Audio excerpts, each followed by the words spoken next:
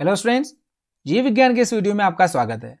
मानव स्वास्थ्य और रोग अध्याय का आज हम 15वां भाग पढ़ेंगे और इसके अंतर्गत हम कैंसर के विषय में पढ़ेंगे। तो आइए शुरू करते हैं। मानव में गंभीर रोगों में से एक रोग है कैंसर। प्रतिवर्ष लाखों की संख्या में लोग इससे पीड़ित हो जाते हैं और एक बड़ी संख्या में इनकी मृत्यु भी हो जाती है। सामान्य रूप से हमारे शरीर में कोई भी कोशिका आकार में बढ़ती है और उसके बाद ये विभाजित होती है। विभाजन के बाद इनमें जब बहुत सारी कोशिकाएं बन जाती हैं तो विभेदीकरण की प्रक्रिया भी होती है।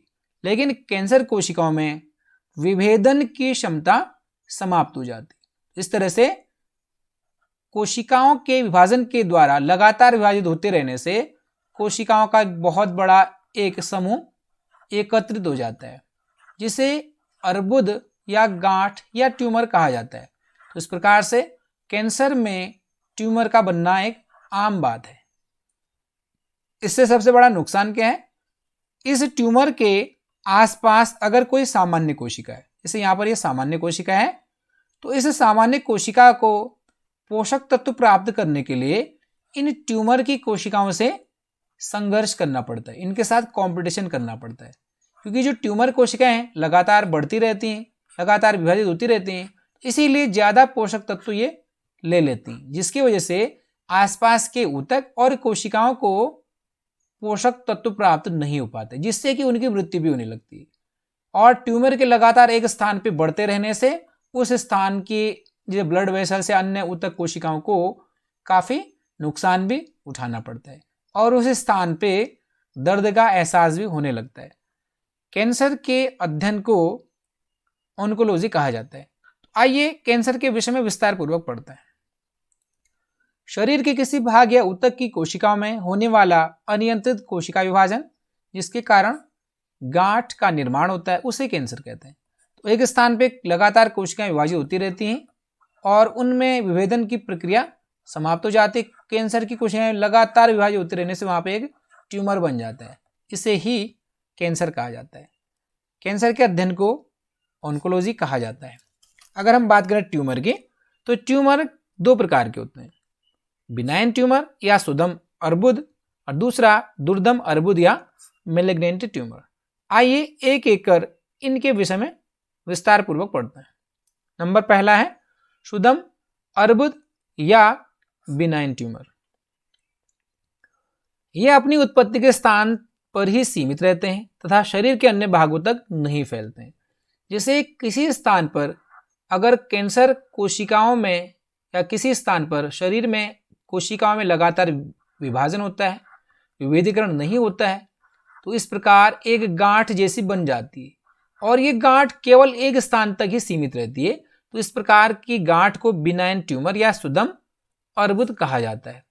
इसकी वजह से ये ट्यूमर आसपास स्थित अन्य कोशिकाओं को पोषक तत्व उपलब्ध नहीं होने देते हैं और जो ये गांठ बन जाती है, ये गांठ एक विशेष प्रकार के कैप्सूल में ये बंद रहती है। इस प्रकार से एक कैप्सूल के अंदर ये कोशिकाओं का जो समूह बनाया है, कैंसर कोशिकाओं का समूह, एक कैप्सूल के अंदर ये बंद रहता है। जब ये ट्यूमर बड़े हो जाते हैं तो आसपास स्थित अन्य ऊतकों और अंगों पर दबाव डालते हैं। जैसे कि यहाँ पर एक सामान्य सी कोशिका है और यहाँ पर अगर ब्लड कैपिलरी है, तो इस प्रकार से ये ब्लड कैपिलरी पर भी ये दबाव डालेंगे और आसपास के अन्य कोशिकाओं और ऊतकों पर भी ये दबाव डालेंगे और इस प्रकार की कोशिकाओं के कारण मामूली क्षति होती है। अब हम बात करेंगे दुर्दम अर्बुद या मेलिग्नेंट ट्यूमर के विषय में। मेलिग्नेंट ट्यूमर अनियंत्रित वृद्धि करती कोशिकाओं का समूह से बनता है। जैसे यहाँ पर कोशिकाएं हैं, कुछ कोशिकाएं यहाँ पर हैं, ये अनियंत्रित रूप से इन कोशिकाओं में वृद्धि होती रहती है। इस प्रकार की कोशिकाओं को नियोप्लास्टिक कोशिकाएं कहते हैं। तो नियोप्लास्टिक कोशिकाएं जो होती हैं उससे मिलकर मेलिग्नेंट ट्यूमर का निर्माण होता है। ये बहुत तेजी से बढ़ती हैं और आसपास के सामान्य ऊतकों पर हमला करके उन्हें क्षति करते हैं। तो जो नियोप्लास्टिक कोशिकाएं हैं, नियोप्लास्टिक कोशिकाएं लगातार विभाजित होती रहती हैं और इनमें विभेदीकरण की प्रक्रिया तो होती है नहीं, तो लगातार विभाजन की वजह से आसपास स्थित जो सामान्य कोशिकाएं हैं उन कोशिकाओं पर ये दबाव डालती हैं और उन्हें ये नष्ट करते हैं। आसपास की अगर सामान्य कोशिकाएं हैं उन्हें पोषक तत्व प्राप्त करने के लिए ये इन नियोप्लास्टिक कोशिकाओं से संघर्ष करना पड़ता है। तो ये कोशिकाएं तेजी से विभाजित होती हैं और सामान्य कोशिकाओं को पोषक तत्व प्राप्त नहीं करने देती। जो सामान्य कोशिकाएं हैं जिसे मैंने ब्लू कलर से बना रखा है और नियोप्लास्टिक कोशिकाएं हैं जो कि मैलिग्नेंट ट्यूमर की कोशिकाएं हैं जिन्हें मैंने ग्रीन कलर से बना रखा है। तो ये जो नियोप्लास्टिक कोशिकाएं हैं सभी प्रकार के जो पोषक तत्व हैं, आवश्यक पोषक तत्व, उन्हें लेते रहते हैं और आसपास स्थित सामान्य कोशिकाओं को उन पोषक तत्वों को प्राप्त नहीं करने देते हैं, जिसकी वजह से ये कोशिकाएं मर जाती हैं। इस तरह से इन नियोप्लास्टिक कोशिकाओं के समूह की वजह से आसपास काफी सारी कोशिकाएं दुर्बल हो जाती हैं और वो अंततः मरने लगती हैं। एक और समस्या होती है जो नियोप्लास्टिक कोशिकाएं हैं। इन नियोप्लास्टिक कोशिकाओं में से कुछ कोशिकाएं यहाँ से टूटकर ब्लड के साथ शरीर के अलग भागों में चले जाती हैं और कुछ दूसरी प्रकार की कोशिकाएं दूसरे अंगों में चले जाती हैं। इस तरह से ब्लड के द्वारा इन नियोप्लास्टिक कोशिकाओं का शरीर के अलग अलग भागों में चले जाने की प्रक्रिया को ही मेटास्टेसिस कहते हैं। मेटास्टेसिस के कारण ही शरीर में सभी जगह मैलिग्नेंट ट्यूमर फैलने लगता है। तो सबसे बड़ा एक विशेष गुण है दुर्दम अर्बुद या मैलिग्नेंट ट्यूमर का, रक्त के साथ मैलिग्नेंट ट्यूमर की कोशिकाएं शरीर के अन्य भागों में पहुंच जाती हैं और वहां पर भी इनकी कोशिकाओं के पहुंचने से ट्यूमर का निर्माण होने लगता है। इस प्रक्रिया को मेटास्टेसिस कहा जाता है। मोस्ट इंपोर्टेंट एग्जाम में मेटास्टेसिस क्या है ये पूछा जाता है, या कभी कभी एक सुदम अर्बुद और दुर्दम अर्बुद के बीच में बड़ा डिफरेंस अगर पूछा जाए तो आप लिखेंगे कि जो मैलिग्नेंट ट्यूमर है उसमें मेटास्टेसिस की प्रक्रिया होती है, जबकि जो बिनाइन ट्यूमर है उसमें मेटास्टेसिस की प्रक्रिया नहीं होती। तो बहुत इंपॉर्टेंट ये टर्म है मेटास्टेसिस। अब हम बात करेंगे कैंसर के कारण के विषय में। वे कारक जिनके कारण कैंसर उत्पन्न होता है उसे हम कैंसरजन या कैंसर कारक कहते हैं। तो इस प्रकार से वे कारक जो कैंसर उत्पन्न करते हैं उन्हें हम कैंसरजन या कार्सिनोजन कहते हैं। जिनके कारण कैंसर उत्पन्न होता है अगर उन कारकों की बात करें उन्हें हम कैंसरजन कहते हैं। इस तरह से कैंसरजन मुख्य रूप से इन्हें हम 4 कैटेगरी में बांट सकते हैं। नंबर पहला भौतिक कारक। भौतिक कारक के अंतर्गत विकिरण आएंगे जिन्हें 2 कैटेगरी में हम बांट सकते हैं। नंबर पहला आयोनाइजिंग विकिरण, जिसके अंतर्गत एक्सरे और गामा किरणें हैं। तो एक्सरे और गामा किरणों के द्वारा भी कैंसर उत्पन्न होता है। और दूसरा है नॉन आयोनाइजिंग विकिरण, जिसके अंतर्गत परावैंगनी विकिरण अल्ट्रावायलेट रेज है। इन विकिरणों के कारण क्या होता है, ये हमारे शरीर में डीएनए को प्रभावित करते हैं जिसके कारण कैंसर उत्पन्न हो जाता है। और दूसरा है रासायनिक कारक। तंबाकू के धुएं में मौजूद रासायनिक कैंसरजन फेफड़ों के कैंसर के लिए उत्तरदायी होता है। इसी तरह से अगर तंबाकू को चबाया जाए तो उसकी वजह से मुख का कैंसर और स्टमक का कैंसर होने की संभावना रहती है, जबकि धुएं की वजह से फेफड़ों का कैंसर हो जाता है और रेस्पिरेटरी ट्रैक्ट का कैंसर हो जाता है। इस तरह से कैंसर के कारण में पहला हमने पढ़ लिया है भौतिक कारक, जिसके अंतर्गत आयोनाइजिंग और नॉन आयोनाइजिंग विकिरण है। दूसरा रासायनिक कारक और तीसरा अब हम पढ़ेंगे जैविक कारक। अनेक प्रकार के विषाणु कैंसर उत्पन्न करते हैं। इन्हें ऑन्कोजेनिक विषाणु या ऑन्कोजेनिक वायरस कहते हैं। ऐसे विषाणु जिनमें वायरल ऑन्कोजीन पाए जाते हैं, इनमें एक विशेष प्रकार के जीन्स होते हैं, ऑन्कोजीन कहते हैं, वो पाए जाते हैं और जो कैंसर उत्पन्न करने की क्षमता रखते हैं। जब ये वायरस किसी कोशिका के अंदर चले जाते हैं, जैसे कोशिका के अंदर ये चले जाएंगे तो ये अपना जो जीन्स हैं वहां पर छोड़ देते हैं जो कि कैंसर का मुख्य कारक होते हैं। तो इनमें उपस्थित जो ऑन्कोजीन होते हैं, वायरल ऑन्कोजीन, उसके कारण ये कैंसर उत्पन्न कर सकते हैं। तो ऐसे वायरस जो कैंसर उत्पन्न कर सकते हैं उन्हें ऑन्कोजेनिक वायरस कहते हैं। नंबर जो चौथा कारक वह है आनुवंशिक कारक।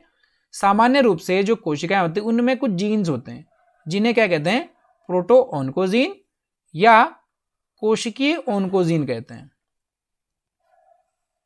ये जीन कुछ विशिष्ट परिस्थितियों में, जैसे कि कुछ हो सकता है कि एक्सरे या किसी और कारण से हो सकते हैं, कुछ विशिष्ट परिस्थिति में ये कैंसरकारी रूपांतरण प्रारंभ कर देते हैं। तो हमारे शरीर में जो सामान्य कोशिकाएं हैं उनमें प्रोटोऑन्कोजीन होते हैं, किसी कारण से ये प्रोटोऑन्कोजीन ऑन्कोजीन्स में बदल जाते हैं, जिसके कारण अब ये कैंसर को उत्पन्न कर देते हैं। अब हम बात करेंगे कैंसर के लक्षण के विषय में कि जिस व्यक्ति को कैंसर अगर होता है उसमें कौन कौन से लक्षण दिखाई दे सकते हैं। नंबर पहला, कैंसर की कोशिकाओं का आकार सामान्य कोशिकाओं से काफी बड़ा होता है, क्योंकि कैंसर में कोशिकाएं लगातार विभाजित होती हैं और इनमें विभेदीकरण की प्रक्रिया नहीं होती है, जिसकी वजह से जिस स्थान में कैंसर उत्पन्न हो जाता है वहां पर ट्यूमर बनने लगता है। इस प्रकार से कैंसर की कोशिकाओं का आकार सामान्य कोशिकाओं के आकार से काफी बड़ा होता है। लंबे समय तक घाव नहीं बढ़ते हैं। जिस व्यक्ति को कहीं पर भी कैंसर होता है तो लंबे समय तक उसमें घाव नहीं बढ़ते हैं। नंबर तीसरा लक्षण है, कैंसर के कारण अंगों में ट्यूमर बनने लगते हैं जो वृद्धि करने लगते हैं। तो अगर किसी व्यक्ति को कैंसर है तो अंगों में ट्यूमर बनने लगते हैं। ट्यूमर जो कि जिसे हम गांठ कहते हैं, तो गांठ का निर्माण अगर होता है शरीर में तो संभावना है कि उस व्यक्ति को कैंसर हो रहा हो। स्त्रियों के स्तन में गांठ पड़ जाना या असाधारण वृद्धि होना। स्त्रियों में स्तन में भी अगर गांठ दिखाई दे रहा है या असाधारण वृद्धि हो रही है तो कैंसर के लक्षण हो सकते हैं। पांचवा है, मस्सों व तिल के आकार में वृद्धि। जो मस्से या जो तिल होते हैं उन वे भी अगर लगातार बढ़ रहे हैं तो कैंसर के लक्षण हो सकते हैं। अब हम बात करेंगे कैंसर अभिज्ञान एवं निदान की। कैंसर डिटेक्शन एंड डायग्नोसिस, किस प्रकार कैंसर का पता किया जाता है। नंबर पहला है बायोप्सी और हिस्टोपैथोलॉजिकल। जब शरीर के किसी भाग में कैंसर का संदेह हो तो उस भाग से छोटा सा टुकड़ा काटकर ऊतक विकृति की जांच की जाती है। किसी स्थान में अगर कैंसर का संदेह हो तो उस भाग से कुछ हिस्सा काटा जाता है और माइक्रोस्कोप में उसकी कोशिकाओं का अध्ययन किया जाता है, जिससे मालूम चल सके कि उसकी कोशिकाएं सामान्य हैं या कैंसरस कोशिका है। तो इस तरह से किसी भाग को काटकर माइक्रोस्कोप में उन कोशिकाओं को देखा जाता है, जिससे कैंसरस कोशिकाओं का पता लगाया जाता है। दूसरा है रक्त की जांच। रक्त में जैसे कि अगर ब्लड कैंसर या जिसे हम ल्यूकीमिया कहते हैं, जिसमें सामान्य रूप से WBC की संख्या काफी बढ़ जाती है, तो इसकी जांच की जाती है। तीसरा है रेडियोग्राफी। आंतरिक अंगों में कैंसर का पता लगाने के लिए एक्स किरणों द्वारा रेडियोग्राफी की जाती है। रेडियोग्राफी करने के लिए एक्स किरणों का यूज किया जाता है, जिसकी वजह से 2D इमेज प्राप्त होता है, जिससे कैंसरस कोशिकाओं का पता लगाया जाता है। उसके बाद नंबर चौथा है CT scan. CT scan computed tomography. इसमें भी एक्स किरणों के द्वारा CT स्कैन किया जाता है। CT स्कैन में 3D इमेज के द्वारा कैंसरस कोशिकाओं का पता लगाया जाता है। नंबर पांचवा है MRI, magnetic resonance imaging. Magnetic field का उपयोग कर MRI की जाती है, इसके द्वारा कैंसर का पता लगाया जाता है। अब बात करेंगे कैंसर के उपचार की। नंबर पहला शल्य चिकित्सा। इसमें शरीर के कैंसरग्रस्त हिस्से को शरीर से काटकर शरीर से अलग कर दिया जाता है। किसी सर्जन के द्वारा यह विधि अपनाई जाती है, जिसमें शरीर के कैंसरग्रस्त हिस्से को शरीर से काटकर अलग कर दिया जाता है। लेकिन अगर कोई एक कोशिका भी इस चिकित्सा में बच गई तो दोबारा से उस व्यक्ति को कैंसर हो जाता है। इसीलिए काफ़ी सावधानी के साथ सर्जरी की जाती है। शरीर के कैंसरग्रस्त हिस्से को ऐसे काटा जाता है जिससे कि शरीर की प्रत्येक कैंसरस कोशिका उस स्थान से पूरी तरह से हट जाए। दूसरा है विकिरण उपचार या रेडिएशन थेरेपी। एक्सरे तथा कोबाल्ट 60 विकिरणों द्वारा कैंसर युक्त कोशिकाओं को नष्ट किया जाता है। तीसरा है रासायनिक चिकित्सा या कीमोथेरेपी। अनेक रासायनिक औषधियों का प्रयोग कैंसरग्रस्त कोशिकाओं को नष्ट करने के लिए किया जाता है। कीमोथेरेपी, इसके काफ़ी सारे साइड इफ़ेक्ट्स हैं। इसमें रसायनों का यूज़ कर कैंसर की कोशिकाओं को नष्ट किया जाता है। यह शरीर में जो कैंसरग्रस्त कोशिकाएं हैं उन्हीं को केवल टारगेट करता है और उन कोशिकाओं को पूर्ण रूप से नष्ट कर देता है। लेकिन इसमें कुछ साइड इफ़ेक्ट्स हैं, जैसे कि बालों का झड़ना, रक्त अल्पता आदि।